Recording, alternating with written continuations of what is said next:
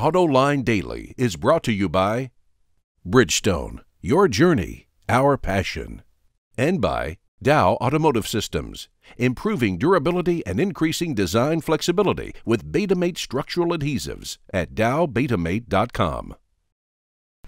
Hello and welcome to a brand new Autoline Daily. It's Wednesday, July the 24th, 2013. I'm Murray Feldman, Fox 2 News here in Detroit, filling in for my friend John today. There's a lot going on in the auto industry, so let's get to today's top stories right now. Just about 2 years ago, Ford and Toyota announced that they would collaborate on developing a new hybrid system. But now, after completing a feasibility study into the partnership, the companies have decided to do it on their own.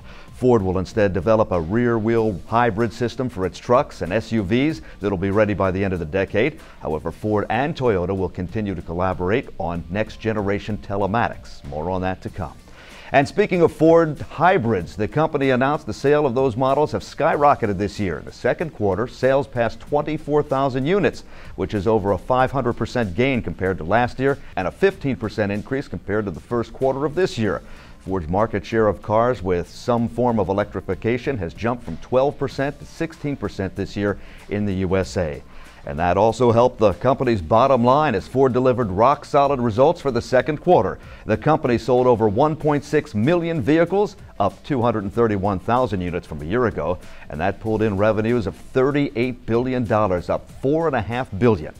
Ford's operating profit hit $2.5 billion, up nearly 40%, and net profit hit $1.2 billion, up 18%. North America was the profit powerhouse for the company again, but its aggressive investments in China also starting to pay off. But in South America, while the company posted a profit in the second quarter, it is still losing money there and says that it hopes to break even for the year. In Europe, Ford saw its sales and revenue go up even though the overall market fell by 1 million units compared to a year ago. Despite the increase in sales, the company is losing less money than a year ago and expects to lose $1.8 billion for the full year, which would be down from $2 billion, which they earlier predicted. We've taken an in-depth look at the new powertrains and styling in the 2014 GMC Sierra, but that's not all that's changed. Here's a look at some of the practical upgrades to the bed of the truck. I'll make things a little bit easier for you.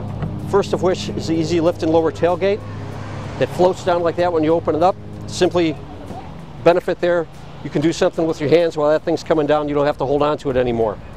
When that tailgate is down, we want to get into the bed. Another simple innovation on the new Sierra, standard corner step rear bumpers on vehicles with chrome bumpers. Right there, you put your foot in there. You put your hand up in the stake pocket, which is now shaped a little bit to accommodate the angle that your hand wants to go at when you do this. And you just walk right up into the bed of the truck, and you're in. Simple solution for an everyday situation. After you've got the truck loaded up, oftentimes you've got the box full and you go to secure things and you can't reach the lower tie downs. Sierra has standard upper tie downs, 4 tie downs located directly above the lower ones. These are located in the 4 corners of the bed, but they can be moved, and they're there simply to help you have another place to tie your cargo down, especially when there's enough stuff in here that you can't access the lower tie downs anymore. And the last innovation in the Sierra, standard on our SLE trucks and above, is under the rail. 2 LED lamps in the back. One right here, one on the other side, the same spot. They're there to give you a simple, handy lighting element. If you've got a tonneau cover on or it's nighttime and you want to see into this bed in the cab, there's a switch that activates not only those 2 lamps, but the upper trims will light. But if you got a tonneau on, they'll help you see underneath. You go get your stuff out, put the bed back up, put the tailgate back up, shut the switch off, and get on your way.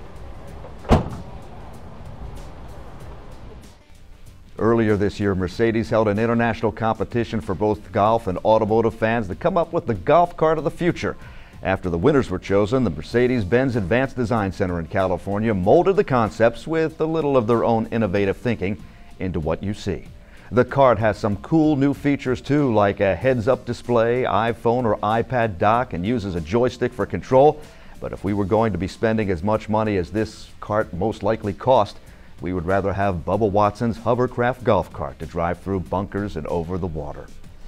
Auto production has picked back up in the United States. Coming up in just a moment, I'll explain why not everybody is happy about that. So this performance football is another way Bridgestone is bringing its tire technologies to the world of sports. That's right. The same polymer technologies that allow you to take sharp turns with maximum precision on our Potenza tires is being put to use here. Troy Aikman and Deion Sanders are helping us test it out. Troy seems to like the control. That ain't right, man. Deion, That ain't right. not so much. Giddy up now, Deion. At Bridgestone, our passion for performance knows no bounds. The domestic auto industry is on a roll. Sales are up, prices are up, incentives are falling. Production could hit 16 million units this year. Wow, is everybody happy?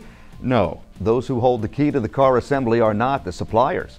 Many slimmed down and just don't have the strength and the power and the capital to pump out as many parts as the car makers are demanding these days. But now I'm told some Tier 1 suppliers are not even replacing worn-out tooling at the Tier 2 suppliers. It's the Tier 1's job to replace that. The Tier 2s have to maintain it. But when it can't be maintained anymore and has to be replaced, many Tier 1s are simply not doing it for one reason or another. This is causing downtime, production delays, could even cause injuries, and even quality issues. But wait, there's more. Another sticky issue: lower prices being forced on suppliers by the companies they produce for. There have been lawsuits, and I'm told more litigation is on the way over these issues.